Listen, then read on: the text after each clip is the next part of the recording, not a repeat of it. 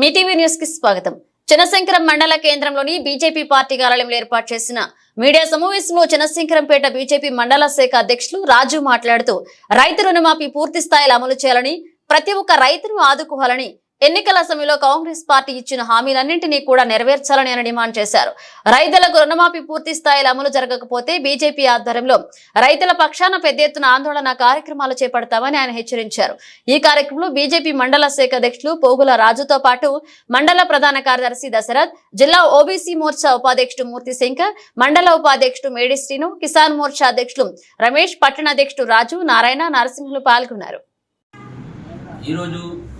Bharatiya Janata party Chinashankarampet మండల శాఖ తరఫున చినశంకరంపేట మండల కేంద్రంలో రైతు రుణమాఫీలో ఉన్న సమస్యలపై ప్రెస్ మీట్ అనేది పెట్టడం జరిగింది.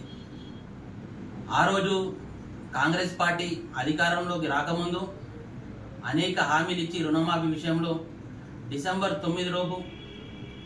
9వ తారీఖున ఎంతమంది రైతులు రుణాలు తీసుకున్నారో 2 లక్షల వరకు వాళ్ళందరి రుణాలు ఒకేసారి మాఫీ చేస్తా అని చెప్పి దాని తర్వాత అనేక మాటలు మార్చిన ఈ కాంగ్రెస్ ప్రభుత్వం, ఈ సీఎం రేవంత్ రెడ్డి గారు వెంటనే గద్దె దిగాలి. ఎందుకు అంటే రైతులను మోసం చేసినోడు ఎవ్వరూ బాగుపడలేదు. రైతు ఏడ్చిన రాజ్యం బాగుపడదు, ఎద్దేడ్చిన వ్యవసాయం బాగుపడదు. అట్లనే ఇంతమంది రైతులు ఏడ్పిస్తారు కదా ఈ కాంగ్రెస్ పార్టీ కానీ రేవంత్ రెడ్డి గారు కానీ తప్పకుండా రైతుల ఉసురు అనేది మీకు తరుగుతుంది. దాదాపు ఒక 100 మందిని తీసుకుంటే అందులో 30 నుంచి 40 మందికి ఈరోజు రుణమాఫీ కాలేదు. రేవంత్ రెడ్డి గారు, చీఫ్ మినిస్టర్ గారు అనేక ప్రెస్ మీట్లలో కానీ లేకపోతే అనేక మీటింగ్లలో కానీ ఎక్కడ పడితే ఉదాహరణకు మా మెదక్ వచ్చినప్పుడు ఏడుపాయల వనదుర్గ సాక్షిగా, మెదక్లో ఉన్న చర్చి సాక్షిగా అనేక ప్రమాణాలు చేసిండు, వాగ్దానాలు ఇచ్చిండు. మొన్నటికి మొన్న ప్రెస్ మీట్ లో రైతుల పాస్బుక్లను బేస్ చేసుకొని మాత్రమే మేము రుణమాఫీ చేస్తాం, రేషన్ కార్డులకు కాదని చెప్పిండు.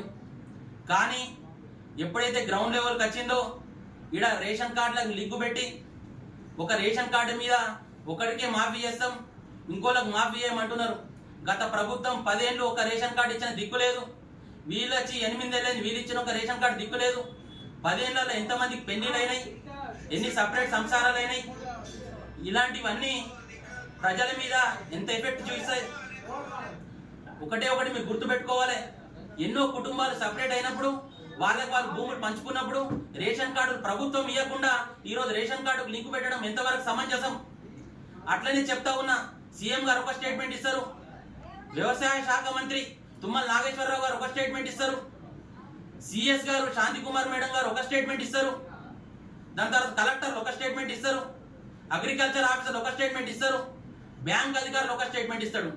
ప్రభుత్వ అధికారుల మధ్యనే సమన్వయం లేనప్పుడు, రాష్ట్ర మంత్రులకు ముఖ్యమంత్రికే సమన్వయం లేనప్పుడు ఎక్కడ రైతులకు బాగుపడతారు? రైతులను బ్యాంక్ అధికారులు కానీ